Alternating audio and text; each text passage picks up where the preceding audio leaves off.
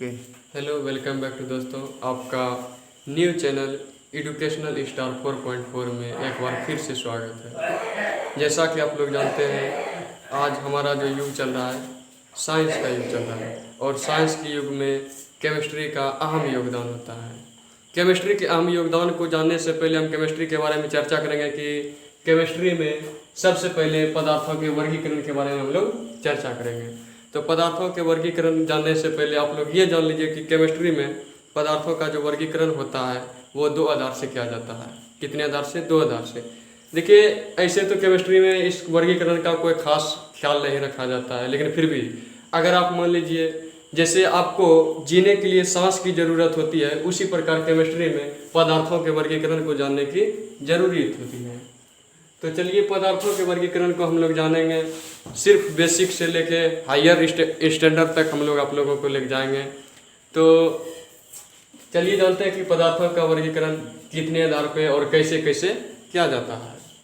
तो देखिए, पदार्थों का वर्गीकरण जो है दो प्रकार से किया जाता है। कितने प्रकार से? मात्र दो प्रकार से किया जाता है।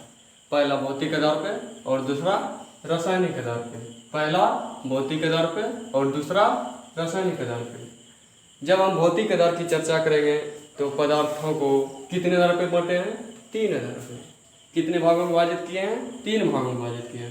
पहला ठोस, दूसरा द्रव और तीसरा गैस। उसी प्रकार जब रासायनिक आधार पर हम पदार्थों को वर्गीकरण करेंगे तो दो तरह से करेंगे। एक शुद्ध रूप में हो जाएगा और दूसरा अशुद्ध रूप में होगा। और अशुद्ध रूप में जो होगा उसे हम मिश्रण कहेंगे। और देखिए, जब हम फिर शुद्ध रूप को बांटेंगे तो दो भागों में बांटेंगे। पहला तत्व के रूप में और दूसरा यौगिक के रूप में। और फिर जब अशुद्ध पदार्थों को हम लोग बांटेंगे तो उसको भी दो भागों में, समांग और विषमांग के रूप में। देखिए, समांग के रूप में जो होगा उसे समांगीय मिश्रण कहेंगे और जो विषमांग के रूप में होगा उसे विषमांगीय मिश्रण कहेंगे। अब देखिए, तत्व को जो है हम लोग फिर कितने भागों में डिवाइड करेंगे? तीन भागों में। पहला धातु, दूसरा अधातु और तीसरा उपधातु। धातु, अधातु, उपधातु। फिर यौगिक को फिर हम दो भागों में डिवाइड करेंगे। कार्बनिक यौगिक और दूसरा अकार्बनिक यौगिक। कार्बनिक यौगिक और अकार्बनिक यौगिक। देखिए, पदार्थों के वर्गीकरण को हम एक बार फिर से रिपीट करेंगे। उसको दो आधार पर डिवाइड करेंगे। पहला भौतिक आधार पे और दूसरा रासायनिक आधार पे। भौतिक आधार पे जो है जब पदार्थों को वर्गीकरण करेंगे तो वो ठोस, द्रव और गैस होगा। और रासायनिक आधार पे जब हम पदार्थों का वर्गीकरण करेंगे तो वो एक शुद्ध रूप में होगा और एक अशुद्ध रूप में होगा। जो अशुद्ध रूप में होगा उसे हम मिश्रण कहेंगे और शुद्ध रूप में जो होगा उसको जब हम डिवाइड करेंगे तो एक होगा तत्व के रूप में और दूसरा यौगिक के रूप में। और जब मिश्रण को दो भागों में डिवाइड करेंगे तो क्या होगा? समांग के रूप में, एक दूसरा विषमांग के रूप में। और फिर देखिए, तत्व को जब हम फिर से डिवाइड करेंगे, देखिए पदार्थ को जब हम वर्गीकरण कर रहे हैं तो उसके बाद तत्व को फिर जब हम वर्गीकरण करेंगे तो हमारा हो गया धातु, अधातु और उपधातु के रूप में। और फिर यौगिक को जब हम लोग डिवाइड करेंगे कार्बनिक और अकार्बनिक यौगिकों के रूप में।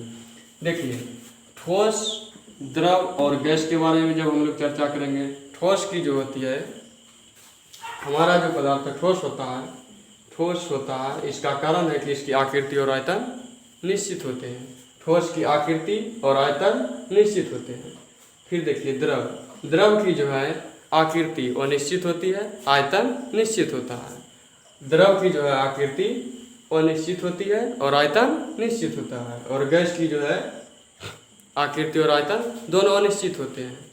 देखिए, अगर क्वेश्चन कभी कभी पूछता है कि ठोस क्यों होता है? ठोस इसीलिए होता है क्योंकि उसका जो है आकृति और आयतन दोनों निश्चित होते हैं।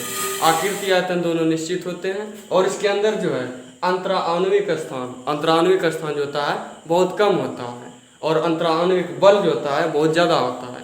अंतराण्विक स्थान अगर कम होगा तो ऑटोमेटिक ही है कि अंतराण्विक बल ज़्यादा लगेगा और अंतराण्विक बल ज़्यादा होने के कारण ही हमारा ठोस होता है। तो चलिए, आज के लिए इतना ही रहने देते हैं। फिर मिलते हैं अगले एपिसोड में और नए टॉपिक, और इसी टॉपिक को हम आगे बढ़ाएंगे। चलिए, कोई बात नहीं। Thank you.